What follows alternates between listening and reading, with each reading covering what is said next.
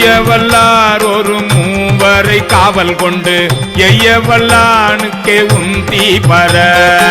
இளமுலை பங்கன் என்று உந்தி பர சாடிய வேள்வி சரிந்திட தேவர்கள் ஓடியவா பாடி உந்தி பர உருத்திரநாதனுக்கு உந்தி பர திருமால் அவிபாகம் கொண்டு அன்று சாவாதிருந்தான் என்று உந்தி பர சதுர்முகன் தாதை என்று உந்தி பர